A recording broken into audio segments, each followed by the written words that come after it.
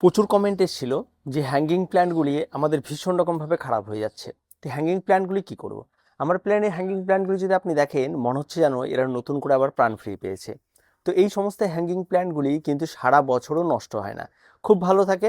যখন প্রচণ্ড ঠান্ডা পড়ে সেই সময় এসে সামান্য একটু ঝিমিয়ে যায়, আবার ঠিক মার্চ মাস পার হয়ে এই সময় আস্তে আস্তে মোটামুটিভাবে তারা আবার সমহিমায় পেতে যায়। আর তার সঙ্গে সঙ্গে যদি একটা বৃষ্টির জল পেয়ে যায়, তাহলে এই সমস্ত গাছগুলি একটু আলাদা রকমের অ্যাডভান্টেজ পেয়ে যায়।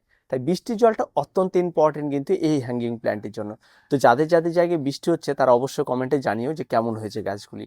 তো যাই হোক, আজকে মূলত আমরা এই সমস্ত গাছগুলি এই সময় এসে কি পরিচর্যা করবেন, কি খাবার দেবেন, কিভাবে গাছগুলিকে কেয়ার করবেন, সেই সমস্ত বিষয় নিয়ে একটু আলোচনা করি। সবার প্রথমে বলে রাখি, যারা নতুন হ্যাঙ্গিং প্ল্যান্ট করতে চাইছেন তাদের জন্য এখন একটা উত্তম সময় চলছে। যখনই দেখবেন হালকা হালকা বৃষ্টি চলছে, হালকা হালকা ওয়েদার, একটু রোদ কম রয়েছে, সেই সময় কিন্তু হ্যাঙ্গিং প্ল্যান্ট লাগানোর একদম উত্তম সময়। আপনার নার্সারি থেকে সেট গাছ নিয়ে আসতে পারেন, বা হ্যাঙ্গিং প্ল্যান্ট সহ পট সহ আপনার গাছ ক্রয় করতে পারেন। তো পট সহ গাছ ক্রয় করলে অন্তত 250-300 টাকার মধ্যে পাওয়া যায়। আর সাধারণত নর্মাল যে সমস্ত গাছগুলি হয়ে থাকে সে সমস্ত গাছগুলি চারাও পাওয়া যায়, সে সমস্ত চারাগুলিও নিয়ে আসতে পারেন। তো বেশিরভাগ নার্সারিতে আমি যেটা দেখেছি, হ্যাঙ্গিং প্ল্যান্টের চারাটা পাওয়া যায় না, বেশিরভাগই তাদের সেট পটই পাওয়া যায়। তো সেট পট থাকলে সেট পটই আপনাদের নিয়ে আসতে হবে। তো এই সময় যারা সেট গাছ নিয়ে আসবেন তারা প্রত্যেকে ভালো গাছ পেয়ে যাবেন, এই সময় কিন্তু নার্সারিতে অ্যাভেলেবেল থাকবে। এবার আসি যারা নতুন বাগানি, যারা মোটামুটিভাবে কাটিং থেকে চারা তৈরি করতে চাইছেন, তারা সাধারণত যে সমস্ত গাছগুলি আপনার ছাদ বাগানে রয়েছে এই সময়টাতে আপনারা যে কোনো মিডিয়াতে, বালি হোক আপনার 50% মাটি, 30% কম্পোস্ট, 20% বালি, এই দিয়ে একটা মিডিয়া তৈরি করে হোক, যে কোনো জায়গায় মানি প্ল্যান্ট হোক, আপনার ছাদ বাগানে হ্যাঙ্গিংয়ে যত ধরনের গাছ রয়েছে সব কিছু এই সময় কিন্তু কাটিংয়ে বসিয়ে দিলে খুব সহজভাবেই গ্রো হয়ে যাবে। তবে হ্যাঁ, কাটিংয়ে বসিয়ে দিলে এই গাছটা পরের দিনই যে টব ভর্তি হবে এমন ধারণাটা কিন্তু একদম রাখবেন না। কারণ এই সমস্ত গাছগুলি কিন্তু টব ভর্তি হতে অন্তত 3 থেকে 4 মাস সময় নেয়। তাই এই সময়টা কিন্তু আপনাকে অবশ্যই অপেক্ষা করতে হবে। আপনি একদিনেই মানে সেরকম এক্সপেকটেশন করলে কিন্তু হবে না, তাই আপনাকে একটু ধৈর্য ধরতে হবে। এবার আসি এই সময় গাছের কি পরিচর্যা। যাদের পুরনো যে সমস্ত গাছগুলি রয়েছে, যারা এখনো কোনো রকম পরিচর্যা করেনি, তাদের পুরনো গাছগুলির পুরনো যে সমস্ত ডালগুলি রয়েছে, ঝুলে রয়েছে, যেগুলি মোটামুটিভাবে দেখতে খারাপ হয়ে গেছে, সেই সমস্ত কিছু কাটাই ছাঁটাই করে বাদ দিয়ে দিন। আর যে সমস্ত ডালগুলি একদম গোড়া থেকে টেনে তুলবেন না, বাদ দিয়ে দিন। যদি মানি প্ল্যান্ট হয়, কিছু ডাল কেটে বাদ দিয়ে আবার সেই কাটা ডালগুলো আবার তার গোড়ার মধ্যে কিছু মানে আবার নতুন করে পুঁতে দিন। সেখানটা আবার নতুন করে আবার গাছ হবে, গাছটা ঝাড় বেশি লাগবে। যাদের মোটামুটি পিঙ্ক লেডি রয়েছে, পিঙ্ক লেডির ক্ষেত্রেও ঠিক তাই, একই রকম। এই সমস্ত গাছগুলি কখনোই শেষ হয় না, এই সমস্ত গাছগুলিকে নতুন করে করে আবার আপনার চারা তৈরি করতে পারা, সমস্ত কিছু খুবই সহজ পদ্ধতিতে এগুলি হয়ে থাকে। এই সমস্ত গাছগুলি আপনারা প্রত্যেকে করতে পারবেন, কোনো রকম কোনো অসুবিধা হবে না এই সমস্ত কাজগুলি করা, এতটাই সহজ পদ্ধতি এই সমস্ত কাজ করা। তাই প্রত্যেকে করুন। এবার আসি যাদের পুরনো গাছ হয়ে তার কি খাবার দেবেন। দেখুন, এই সময় গাছে হ্যাঙ্গিং প্ল্যান্টে সাধারণত একবার গাছ বসিয়ে দিলে বারবার করে খাবার দেওয়ার প্রয়োজন হয় না। এখানে যদি আপনার কাছে রাসায়নিক খাবার এনপিকে 20-20-20 বা এনপিকে 15-15-15 যেটাই থাক, যদি লিকুইড সয়েলেবল থাকে তাহলে সবচেয়ে বেস্ট হয়ে থাকে। তাহলে 1 লিটার জল 2 গ্রাম গুলে নিয়ে অন্তত 15 দিন একদিন করে স্প্রে করুন, গাছের গ্রোথ আপনি নিজের চোখে দেখতে পারবেন। আর যদি আপনার কাছে এমনি নর্মাল সুফলা বা কিছু থাকে, তাহলে জলে গুলে গাছের গোড়ায় অন্তত মাসে একবার করে ব্যবহার করুন। কতটা দেবেন? 1 লিটার জলে 2 গ্রাম গোলাবেন, গুলিয়ে বসিয়ে দিয়ে প্রত্যেকটা গাছে অন্তত 100 ml করে ব্যবহার করবেন। 100 ml এর বেশি যাওয়ার চেষ্টা করবেন না, ম্যাক্সিমাম 200 ml, এর বেশি কিন্তু দেবেন না। এটা ব্যবহার একবার করলে কিন্তু আবার 1 মাস পর আবার আপনাকে করতে হবে। এই ডোজ কিন্তু কখনোই বেশি বা কম করলে গাছের গ্রোথ ভালো হবে এই সমস্ত কিছু মাথায় রাখবেন না। যতটা পারবেন রাসায়নিক সারের ডোজটাকে ঠিকঠাক রাখার চেষ্টা করবেন, তাহলে কিন্তু গাছ অনেকটা বেশি ভালো হয়ে থাকে। কারণ ডোজটা কিন্তু অত্যন্ত গুরুত্বপূর্ণ একটা ইনডোর প্ল্যান্টের ক্ষেত্রে বা আপনার হ্যাঙ্গিং প্ল্যান্টের ক্ষেত্রে, তাই এই জিনিসটাকে একটু খেয়াল রাখবেন। তার সঙ্গে সঙ্গে আরও প্রচুর হ্যাঙ্গিং প্ল্যান্ট থাকে, যে সমস্ত হ্যাঙ্গিং প্ল্যান্ট কিন্তু আপনার জৈব খাবার, যেমন খোল পচা জল রয়েছে, আর অন্যান্য জল রয়েছে, জৈব খাবার রয়েছে, এই সমস্ত খাবারগুলো অনেকে গাছের গোড়ায় দেওয়ার পছন্দ করে। তবে গাছের গোড়ায় এই সমস্ত খাবারগুলি দিলে এই গাছের কিন্তু একটা পচন রোগ লাগার সম্ভাবনা থাকে। সেক্ষেত্রে যখন প্রচণ্ড ঘন বৃষ্টি বা বর্ষা শুরু হয়ে যায়, সেক্ষেত্রে কিন্তু গাছ নষ্ট হয়ে যাওয়ার প্রবণতা থাকে।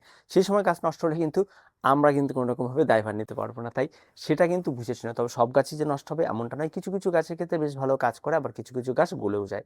তাই সেটা বুঝে শুনে, কিন্তু রাসায়নিক সার সেটা ব্যবহার করে সেটার ক্ষেত্রে কিন্তু খুব একটা বিষয় হয় না, কারণ এই সমস্ত সারগুলি জলে গুলে একদম সরাসরি ডাইরেক্ট গাছের গোড়ায় চলে যায়। তবে রাসায়নিক সার একটা সমস্যা যে মানে লং টার্মে এই সমস্ত সারগুলি খাবার দেন, ইনস্ট্যান্ট খুব দিলেন, আবার খুব তাড়াতাড়ি একটু কাজ হলো, গাছ মোটামুটি একটা শেপে চলে আসলো, আবার কিন্তু আপনাকে কিছুদিন পর দিতে হবে। আর জৈব খাবার একবার প্রয়োগ করে যেমন লং টার্ম স্লো রিলিজের মতো ধীরে ধীরে খাবার দিয়ে থাকে, সেটা কিন্তু রাসায়নিক খাবারে হয় না। তো এই কাজগুলি আপনাকে করতে হবে, আর এই খাবারগুলি প্রয়োগ করতে হবে। খোল জল, পাতা পচা, ঠিক আছে, সবজি পচা, ঠিক আছে, এই সমস্ত জল একদম ব্যবহার করা যাবে না, গাছে ক্ষতি হতে পারে হ্যাঙ্গিং প্ল্যান্টের।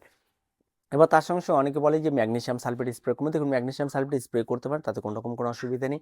অন্তত মাসে একবার করে স্প্রে করবেন তাহলে ঠিক আছে, কিন্তু বারবার করে স্প্রে করলে কিন্তু গাছের ক্ষতি হতে পারে।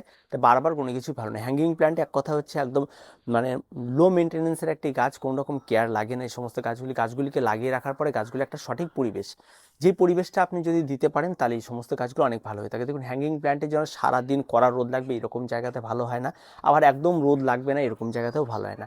সবসময় যেন এদের একটা শেডি আলো ভীষণ রকমভাবে পছন্দ করা। হয়তো আপনার সকালবেলা আপনার বেলকনিতে রোদ লেগেছে 2 ঘন্টা, তারপরের থেকে আলো আসছে কিন্তু রোদ নেই, বেশ সুন্দর গাছ ভালো হবে, ঠিক আছে। বা আপনার বেলকনিতে সকাল থেকে বিকেল পর্যন্ত রোদ লাগে না কিন্তু আলো আসছে, খুব সুন্দরভাবে আলো আসছে, পরিষ্কার পরিচ্ছন্ন একদম ফ্রেশ জায়গা, ঢাকা নেই, একদম আলো খুব সুন্দর হবে।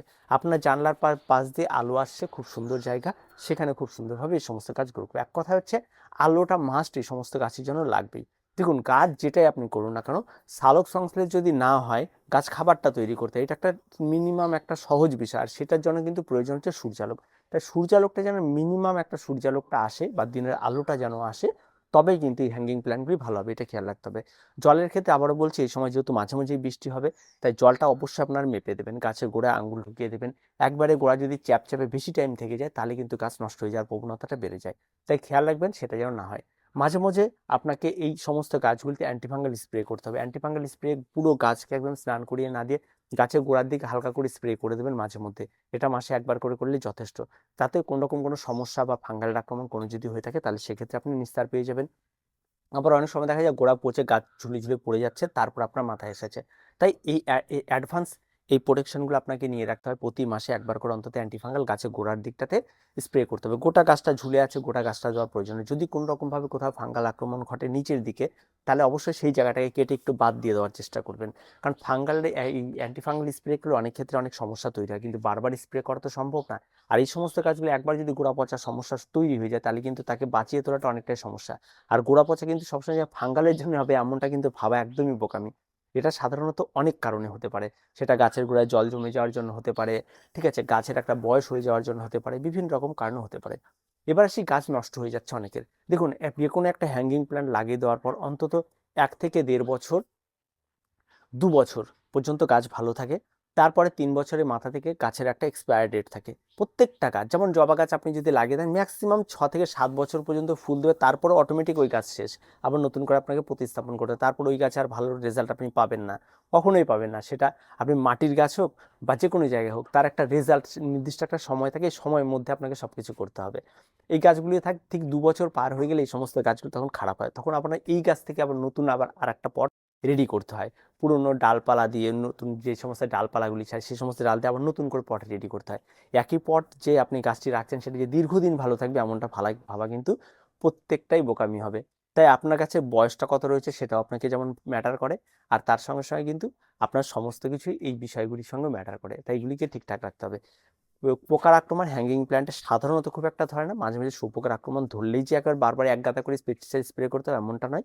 সাধারণত যদি আপনি একটা শিডিউল মেনে যদি মাসে একবার বা প্রয়োজনে একবার যদি আপনি অ্যান্টিফাঙ্গাল স্প্রে মানে কীটনাশক স্প্রে করেন তবে আপনি স্প্রে করতে পারেন, তাছাড়া তেমন খুব একটা বেশি প্রয়োজন পড়বে না।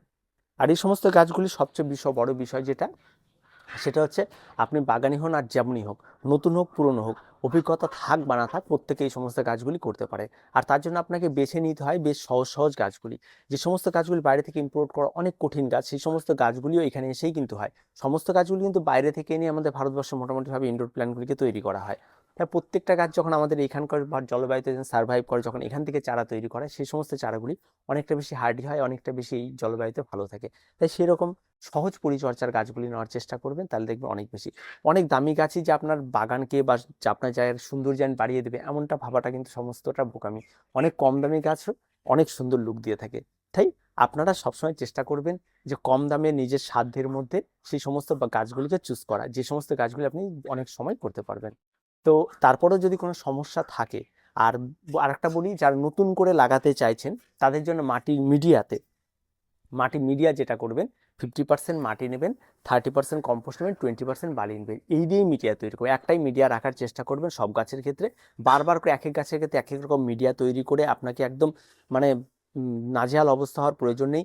কোনো গাছে কোকোপিট, কোনো গাছে কোকো হ্যাশ, কোনো গাছে ঘেঁস, কোনো গাছে পাথর, কোনো গাছে বালি, এই রকমভাবে চলার দরকার নেই। আপনি একটা নির্দিষ্ট মিডিয়া করবেন, তাতে দেখবেন আপনার পরিশ্রম কম হবে, একই মিডিয়াতে বিভিন্ন ধরনের গাছ আপনি করতে পারছেন, এবং এটা একটা মিডিয়ার র ম্যাটেরিয়াল। এবার এর সঙ্গে আপনি বিভিন্ন সময় বিভিন্ন কিছু, যেমন কখন আপনি এই করতে পারবেন, কি বলে আপনার রাসায়নিক খাবার দিতে পারবেন, কখন আপনি জৈব খাবার দিতে পারবেন, যে গাছের যেমন রয়েছে সেরকম করতে পারবে। তাই এই ধরনের মিডিয়াতে আপনি করার চেষ্টা করবেন, তাতে দেখবেন গাছ অনেক বেশি ভালো হয়। আর হ্যাঙ্গিংয়ের জন্য আরেকটা মিডিয়া যেটা থাকে সেটা সাধারণত আপনার এই কোকোপিট আর বালি, এটা 50-50 দিয়েও আপনি করতে পারেন। তার মধ্যে সময় অন্তর আপনি খাবার দিতে পারেন, তার সঙ্গে একটু হাড় গুঁড়ো, শিংকুচি, নিমখোল, ভার্মি একটু মিশিয়ে দিয়ে যদি করতে পারেন, সেক্ষেত্রে মিডিয়াটা যেমন একটু ভারী হয়, তার তার সঙ্গে সঙ্গে কিন্তু মিডিয়াটাও ভালো হয়, সেখানে কিন্তু কাজ অনেক বেশি ভালো হয়ে থাকে।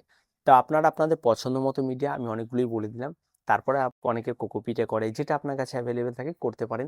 তবে আবারও বলছি, মানে কোকোপিটের লং টার্মে গিয়ে একটা খারাপ কিন্তু হবেই, কারণ কোকোপিট প্রচুর পরিমাণে জল ধরে। আর আমাদের এখানে বর্ষাটা যখন শুরু হয়, তখন বিশেষ করে আমাদের উত্তরবঙ্গের কথা বলি, মানে গত বছর, ঠিক আছে, আমাদের এখানে টানা অন্তত 120 দিনের মতো বৃষ্টি, একটা দিন বাদ নেই, প্রতিদিন কম বেশি কম বেশি বৃষ্টি। তাহলে ওই রকম যদি বৃষ্টি হয় আর ছাদ বাগানে যদি গাছ থাকে, তাহলে ওই গাছ নষ্ট হওয়ার প্রবণতা অনেকটাই বেড়ে যায়।